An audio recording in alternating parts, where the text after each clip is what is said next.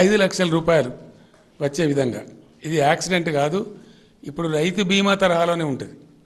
Even if it is a natural death also. Death అంటేనే ఆటోమేటిక్గా 10 రోజుల్లోపు వాళ్ళ ఇంటికి 5 లక్షల రూపాయలు చేరిపోతాయి. ఆసరా పెన్షన్స్ కాబట్టి ఈ పెన్షన్ను 5,000 రూపాయలు తీసుకుపోవాలని చెప్పి నిర్ణయం తీసుకున్నాం. 2016 ఉన్నదాన్ని 3,000 రూపాయలు చేస్తాం. ప్రతి సంవత్సరం ఒక 500 రూపాయలు పెంచుకుంటూ 5వ సంవత్సరం నిండే నాటికి 5,000 రూపాయలకు తీసుకెళ్తాం. దివ్యాంగులకు ఈ మధ్యనే 4,016 రూపాయలకు మనం పెంచుకున్నాం. తెలంగాణ అంతకుముందు 3,000 ఉండేది, దాన్ని 4,000 రూపాయలు చేసుకున్నాం. దాన్ని 6,000 రూపాయలకు తీసుకెళ్తాం. ఏదైతే రైతు బంధు మేము ఇచ్చినామో దాన్ని కూడా స్కీమాటిక్గా ఒకటేసారి పెంచడం కాకుండా రైతు బంధు పథకం ఈరోజు 10,000 రూపాయలు ఉంది 2 పంటలకు కలిపి. దాన్ని కొంచెం పెంచాలని నిర్ణయించినాం. దాన్ని 16,000 రూపాయలు తీసుకొని పోతా ఉన్నాం. అర్హులైనటువంటి మహిళలకు నెలకు ఒక 3,000 రూపాయల భృతి, గౌరవ భృతి ఇవ్వాలని కూడా నిర్ణయం తీసుకున్నాం. దాని పేరు స్కీమ్ పేరు సౌభాగ్య లక్ష్మి అని పెడతా ఉన్నాం.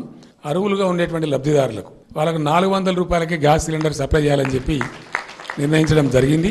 ఇవాళ ఒకటోసారి రెండోసారి మూడోసారి అనుకుంటేనే కేసీఆర్ గారు మమ్మల్ని కాపీ కొట్టడంలో మా గ్యారంటీలది చూసుకుంటే పెద్ద లోయలో పడిపోయాడు. ఇప్పుడు నేను చెప్పదలుచుకున్నది ఏంటంటే రాష్ట్రం బ్యాంక్రప్ట్ అవ్వడమే కాదు, చంద్రశేఖరరావు బుర్ర కూడా కరప్ట్ అయిపోయింది.